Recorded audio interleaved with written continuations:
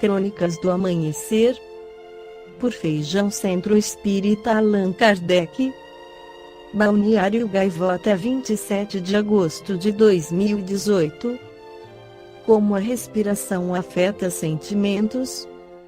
A edição de setembro de 2017 da revista Mente e Cérebro esclarece que a forma como respiramos influi em nossas emoções e até na maneira como pensamos. Cientistas comprovaram, pela primeira vez, que o ritmo de entrada e saída de ar no corpo cria uma atividade elétrica no cérebro humano que acentua julgamentos emocionais e até lembranças desconfortáveis. Esses efeitos se alteram se a pessoa está inspirando ou expirando e se ela respira pelo nariz ou pela boca. No estudo, desenvolvido na Faculdade de Medicina da Universidade de Northwestern, voluntários foram capazes de identificar uma expressão amedrontada mais rapidamente quando deparavam com o rosto enquanto inalavam do que quando exalavam. Os participantes tiveram mais facilidade em se lembrar de um objeto quando se deparavam com ele enquanto inspiravam do que quando expiravam. O efeito desaparecia se eles estivessem respirando pela boca. Uma das principais descobertas desse estudo é que existe uma grande diferença na atividade cerebral na amígdala e no hipocampo durante a inspiração em comparação com a expiração, explicou a autora principal do estudo, Cristina Zelano, professora assistente de neurologia da Escola de Medicina Feinberg da Universidade Northwestern. Quando você inspira, nós descobrimos que você está estimulando neurônios no córtex olfativo, amígdala e hipocampo, através de todo o seu sistema límbico. O estudo foi publicado no periódico científico Journal of Neuroscience. O autor sênior é Dave Gottfried, professor de neurologia na Feinberg.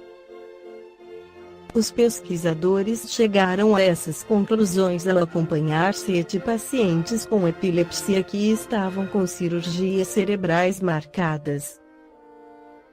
Uma semana antes dos procedimentos, um cirurgião implantou eletrodos no cérebro dos pacientes para identificar a origem das convulsões.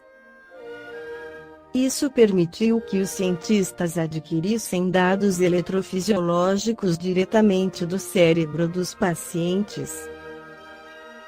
Os sinais elétricos registrados mostraram que a atividade cerebral flutuou durante a respiração. A atividade ocorre em áreas cerebrais nas quais emoções, memórias e cheiros são processados.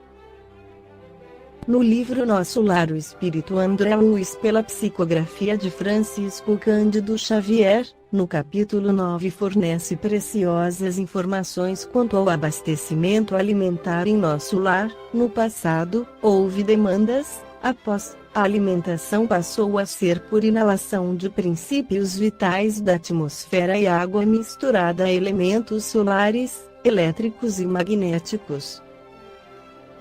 Só entre os mais necessitados é que há alimentos que lembram os da terra. Segundo André Luiz, desde então, só existe maior suprimento de substâncias alimentícias que lembram a terra, nos ministérios da regeneração e do auxílio, onde há sempre grande número de necessitados. Nos demais há somente o indispensável, isto é, todo o serviço de alimentação obedece à inexcedível sobriedade.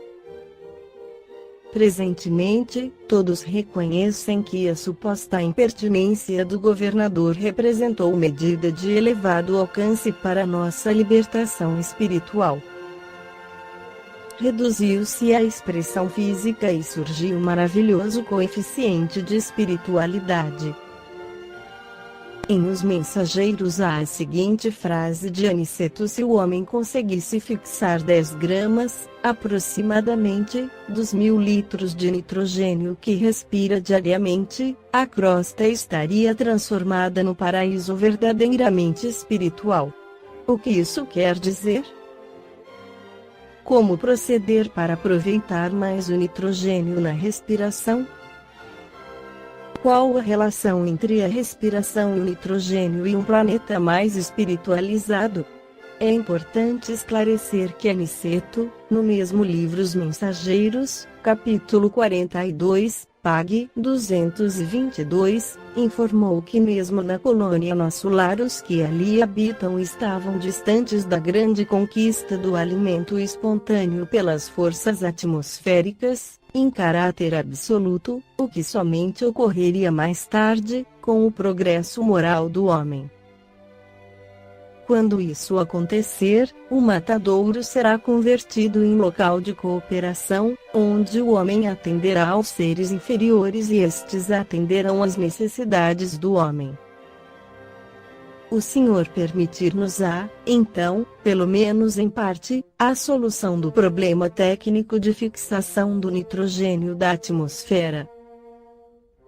André Luiz afirma em Evolução em Dois Mundos que o nosso perispírito é quase idêntico fisiologicamente ao nosso corpo físico, exceto por pequenas mudanças relacionadas à nutrição e ao sexo. Emmanuel chegou a dizer que os espíritos superiores permitiram o advento dos anestésicos no fim do século XIX porque a providência divina identificou que, em função de avanços espirituais desenvolvidos, a humanidade terrena já não necessitava das dores mais acerbas para despertar em si mesma valores espirituais positivos. A questão da alimentação poderia ser algo semelhante. Quando já amarmos o trabalho e a solidariedade, necessitaremos menos das imposições dessa natureza para que nos decidamos por realizar algo de útil com o nosso tempo. Esta foi a crônica do amanhecer de 27 de agosto de 2018, por Feijão.